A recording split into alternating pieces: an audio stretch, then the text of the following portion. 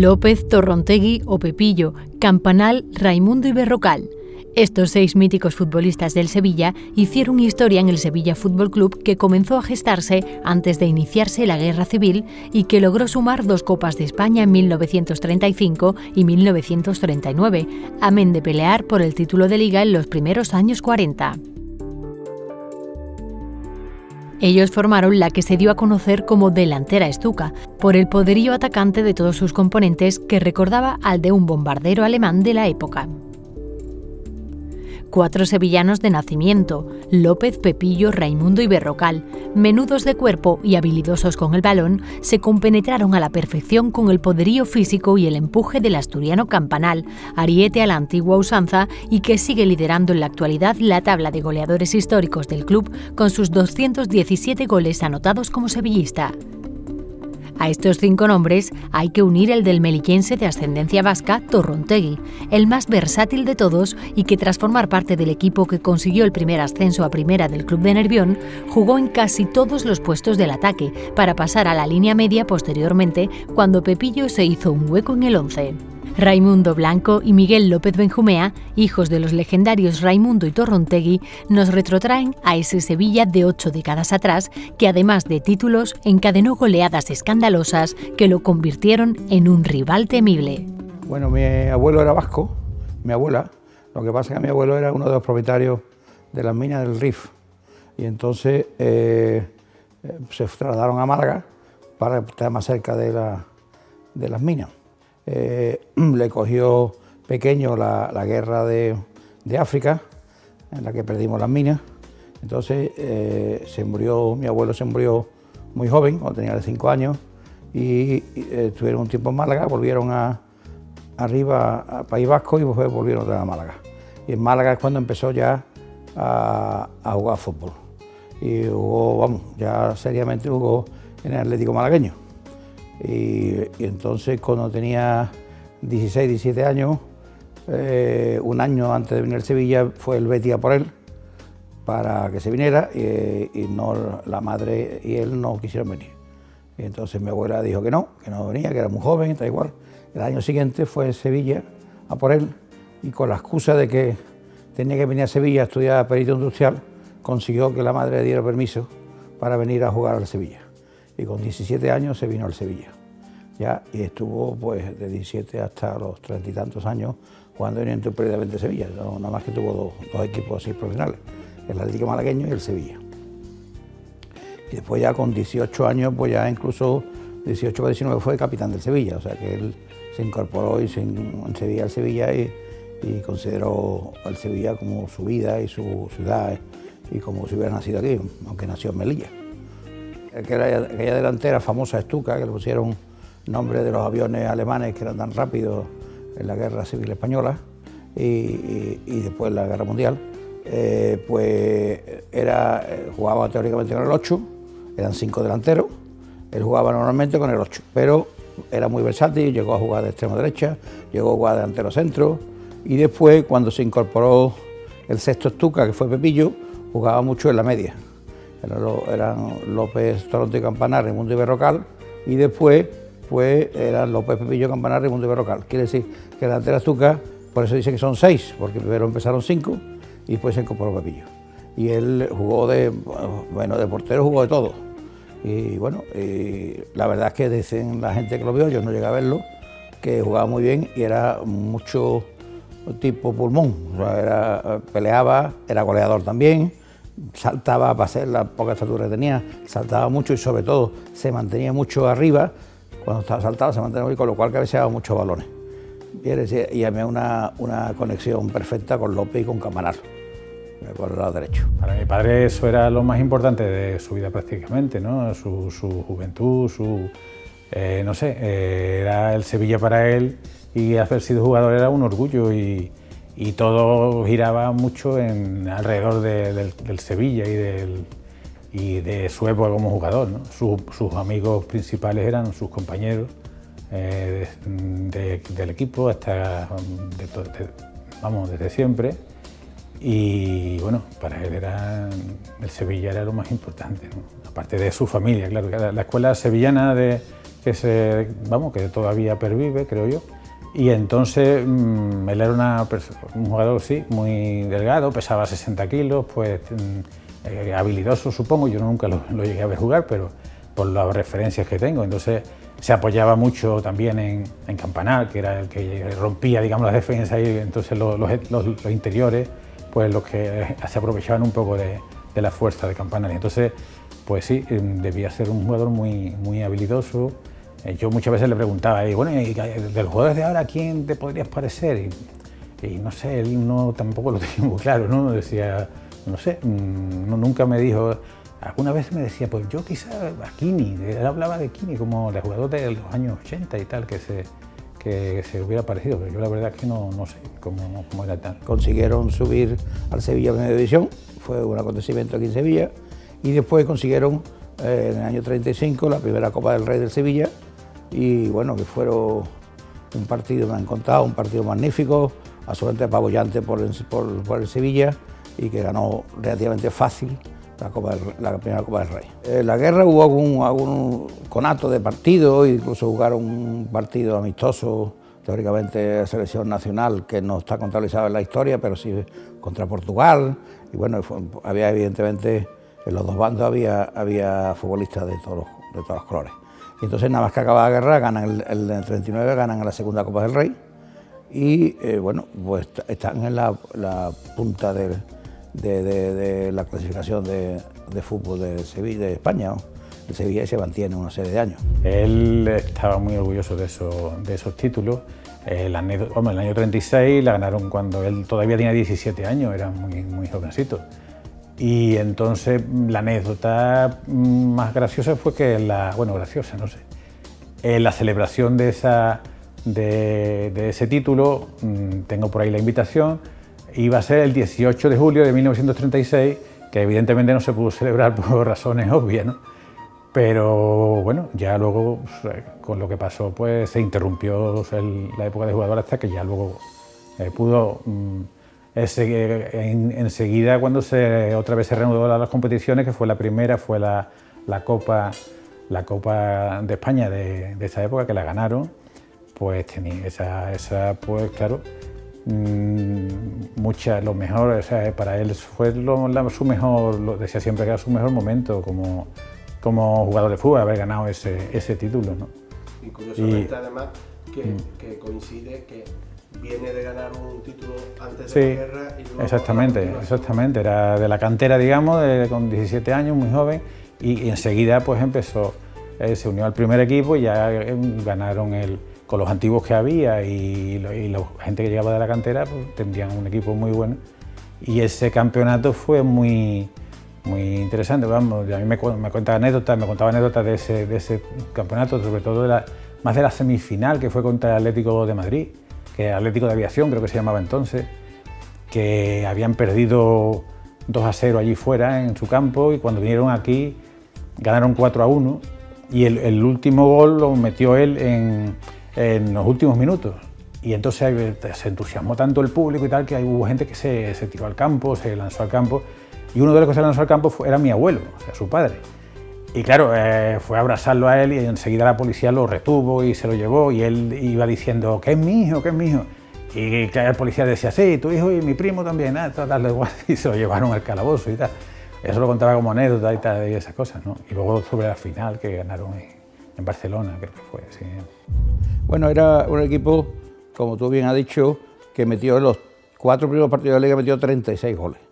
Era un equipo que era absolutamente ofensivo, con 5 delanteros, y metía 10 goles al Barcelona, al Valencia. Entonces, lo que pasa es que, por lo visto, por lo que me contaban, atrás no era tan fuerte como adelante. Y entonces no llegó a ganar más títulos porque la defensa era más floja que la delantera. Pero eran absolutamente... Y además, llevan muchos años jugando juntos y están muy compenetrados. Entonces, me contaba mi padre que dice, antes que yo saltara de la cabeza, ya estaba corriendo López por la banda, pues sabía dónde iba a ponerle el balón. Y Campanar igual conmigo, y Berrocal. Entonces, que estábamos muy compenetrados porque llevaban muchos años jugando juntos.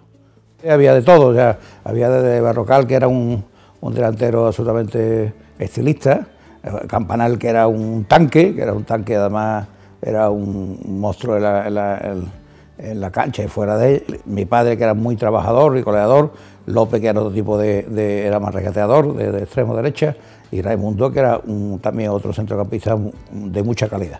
Y estaba muy compenetrado y además se compenetraban mucho las características de uno con otro. Y mi abuelo era muy aficionado a los toros y coincidió que ese partido, era un partido contra el Oviedo creo, coincidía con una corrida de toros importante aquí en Sevilla, y él decidió ir a ver los 3 primeros toros y luego venirse a ver el segundo tiempo. Y cuando llegó al estadio y le preguntó ¿cómo va? 5-0 y los 5 lo ha metido tu hijo, y no se lo creía, claro. Que eso es una cosa muy curiosa, ¿no? Porque además, no sé, yo muchas veces, ahora que se dan tanto las estadísticas y eso, nunca he encontrado en la historia de la liga que he buscado y tal, que ese dato, como que sea quizás el único jugador que ha metido 5 goles en un primer tiempo de un partido de liga, quizás sea el único, pero no lo sé seguro, pero puede ser que lo sea. Luego parece que metió el 6º al comienzo del segundo tiempo. Campeones de la segunda división subiendo a primera. En el equipo que consiguió el ascenso formaban Eizaguirre, Euskalduna, Deva, Alcázar, Segura, Fede, Tejada, Torrontegui, Campanal, Tache y Caro. En la temporada 34-35, el Sevilla gana frente al Sabadell por 3-0 la Copa de España. Ramón Encinas es el entrenador. Son los tiempos de la delantera Stuka que durante 13 años dio triunfos al Sevilla, recordados hoy lejanamente como días gloriosos. Por la delantera éramos como los 3 mosqueteros, los 3 mosqueteros eran 4 y nosotros éramos 6, en vez de 5 éramos 6. O sea que era López, Torrontegui, Campanal, Raimundo Berrocal y López o Pepillo, sí, dependía de cuando uno cambiaba de puesto, pues Pepillo una vez jugaba de interior, otra vez jugaba yo delantero centro, porque Campanal estuviera lesionado, íbamos turnando, pero la delantera Stuka en sí éramos 6, en vez de 5 éramos 6. En el año 36 revalida el Sevilla su título de campeón de España de aficionados. Estábamos muy bien compenetrados y además que como futbolistas eran todos buenos. En 1939 gana frente al Ferrol la primera Copa del Generalísimo. Entrenador Brandt. Aunque no éramos de gran talla, sin embargo teníamos en el centro del ataque un rompedor. Campanal, es un mote asturiano que era de un pueblo que se llama Campanal, en la que mis abuelos eran allí, vamos, un personaje, ¿no? Entonces me acuerdo yo que me dieron, vamos, a mi padre, 5.000 duros, 12.500 pesetas cada año, 2 años. Después, cuando fui internacional, me subieron 50 pesetas más y ganaba 800. Mi estilo de juego, pues lo puse con el juego aquí entonces del equipo del Sevilla, que era un juego muy bonito, de pase corto, y estaba admirado en toda España. ¿Fue la mejor delantera del Sevilla? Pero la que, por ejemplo, ha funcionado maravillosamente fue la delantera Stuka. Eran, por el lado derecho, López, Pepillo y Torrontegui, que empezó, un servidor, Raimundo y Berrocal. Pues era una cosa extraordinaria. Jugadores de mucha habilidad y el delantero centro típico español, el tanque verdadero del fútbol español. Teníamos una línea media estupenda que era Alconero, Félix y Mateo. Era un juego de habilidad. Eran 2 interiores extraordinariamente malabaristas, dominaban muy bien el balón cualquiera de ellos, y además teníamos el complemento que era el delantero centro, que era el hombre tanque. Pues mire, aquella delantera no creo que tuviese ni más ni menos que lo que tienen hoy. Ahora sí era distinta, tenía un aire distinto, y eso quizás fuera lo que nos diera el hecho de que se hablaba de la delantera Stuka de diferente manera como se habla hoy de los demás delanteros, pero en realidad los hombres yo creo que veníamos a ser los mismos que hoy, ¿no? La mentalidad no ha cambiado casi nada. Lo que sí puede que hayan cambiado son los sistemas que obligan a los jugadores de hoy a jugar de otra forma. Yo lo viví con mi padre después de retirarse, y él los Sevilla Betis los vivía de una manera diferente. O sea, eso era ya todo el día nervioso, todo el día lo pasaba muy mal. Los Sevilla Betis, digo los Betis Sevilla no, porque no iba al campo del Betis, por supuesto, pero que los Sevilla Betis pasaban muy mal. De hecho, como jugador, la única vez que le expulsaron fue en un Sevilla Betis, porque se pasó de la raya con los nervios contra un jugador del Betis, lo expulsaron por lo visto bien, o sea, con razón.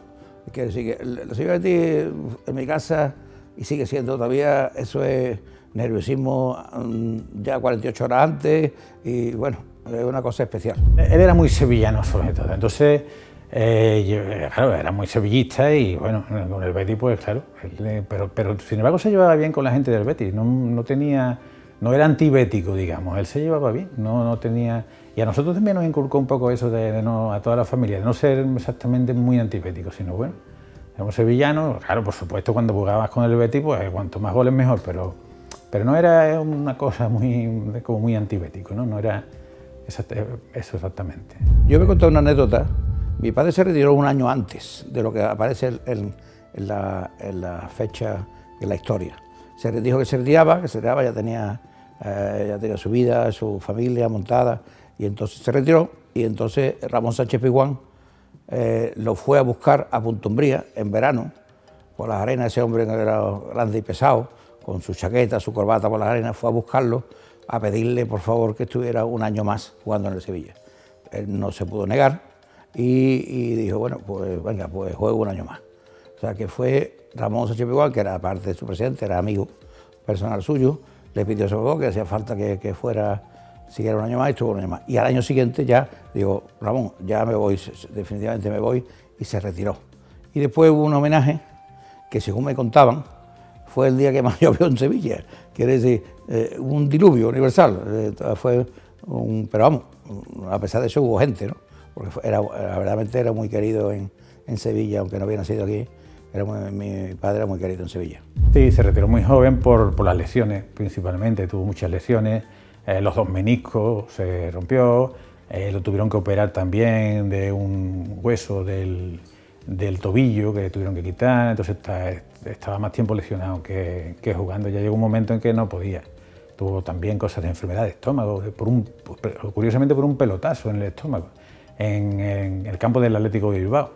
Él contaba que le dieron los balones de entonces, claro, le dieron un pelotazo en la boca del estómago y se despertó en el vestuario, o sea, no se acuerda de nada más. Y con cosas así, pues al final se tuvo que retirar, o sea, sobre todo por las lesiones, ¿no? Principalmente. En mi casa el Sevilla es una religión, y te digo por qué. Mi padre se consideraba sevillano, aunque nació en Melilla, consideraba sevillista a muerte, y mi madre era sevillista antes de conocer a mi padre, con lo cual en mi casa es imposible que saliera un niño que no fuera sevillista, ni un nieto que no fuera sevillista, o sea, eso es una religión. Y entonces, bueno, el Sevilla ha sido para todos, para nosotros, y sigue siendo todavía. Yo tengo un nieto ahora, y el primero que hice fue apuntarlo al Sevilla, antes que ir a apuntarlo al registro civil. O sea que... Curiosamente, mi bautizo se celebró en el estadio del Viejo Nervión. Allí eso lo organizó mi abuelo, que tenía muchos contactos y tal, y con don Ramón también, y se celebró el bautizo ahí. De hecho, hay alguna foto por ahí que me vistieron incluso con la camiseta, y incluso unas botitas hechas a mano del Sevilla ya, con Díaz, que tenía yo entonces, ¿no? Y con don Ramón, tengo una foto con don Ramón me tenía en brazos y tal, que para mí es un orgullo, claro que eso. En mi infancia, pues todo, yo qué sé, era un orgullo total. Y además vivíamos en el Buralato, enfrente justo del estadio, y mi sitio de jugar cuando pequeñito era ahí enfrente, incluso algunas veces entrábamos en el césped y jugábamos con otros compañeros también de mi padre de aquella época, jugábamos en el césped. O sea, mi sitio de juego era el parque que teníamos, era el estadio, ¿no? Y entonces, pues claro, en mi casa se vivía eso, pues como era lo más importante que había, de Sevilla, que cuando había partidos de Sevilla, pues eso se paraba todo, era lo más importante de lo que se hablaba. No, el Sevilla estuvo siempre vinculado. Yo creo que el Sevilla hizo de todo, menos presidente y entrenador hizo de todo. Y él decía, no soy entrenador porque no saqué el carnet, si hubiera sido entrenador, hubiera sido entrenador. O sea, que él fue directivo, fue no sé qué, fue de todo, fue mano derecha de Ramón Sánchez Pizjuán, fue muy vinculado al fútbol, y sobre todo al Sevilla. El Sevilla seguía viniendo al fútbol, por eso, todos los domingos a ver Sevilla, yo venía con él, el chico desde que nací, de la mano, y bueno, y mi madre también ha sido ha sido muy forofa el Sevilla. Siguió muy vinculado al club, de hecho, porque además todos sus amigos pues, eran futbolistas o antiguos futbolistas o no futbolistas nuevos, como Arza también, que fue muy amigo suyo, y no sé, y luego siguió, pues, llegó a ser directivo en la época de Zafra y, en fin, que siguió muy vinculado con el club, ¿no? Incluso profesionalmente, ¿no? Porque con la imprenta que donde se puso a trabajar después de retirarse, pues hacíamos las cosas, o sea, los impresos del club y eso y tal, y siguió muy vinculado al club siempre, desde siempre. Yo entonces ya empecé a trabajar ahí en la imprenta también y le trabajábamos a mucho, nos especializamos un poco en billetajes de fútbol y de toros y trabajábamos incluso al Betis y me llevaba bien con la gente del Betis. Y al Atlético de Madrid, a muchos equipos de España y a muchas plazas de toros le hacíamos nosotros los billetajes y la cartelería. Hasta que ya la imprenta, pues claro, eso fue en decadencia, más que nada por la obsolescencia, ¿no? Porque cuando empezó la impresión digital y tal, pues eso pues, ya pues, se acabó, ¿no? Mi padre era muy deportista, él de por sí, independientemente de que había sido futbolista profesional, él hizo remo, fue campeón de Andalucía de remo, hizo natación, fue campeón de Andalucía de natación, y introdujo en Sevilla, introdujo el remo y la piragua, primero en el Club Náutico y después en el Labradores. Y estuvo hasta que se murió siendo delegado de deporte del Real Círculo de Labradores, con 80 y muchos años. Quiere decir que él iba todos los días, y fue, por ejemplo, delegado de la selección española de piragua en el 1960, en la Olimpiada de Roma. Estuvo en la Olimpiada de México, en Roma fue delegado de la selección española de remo, y en México fue delegado de la selección española de piragua.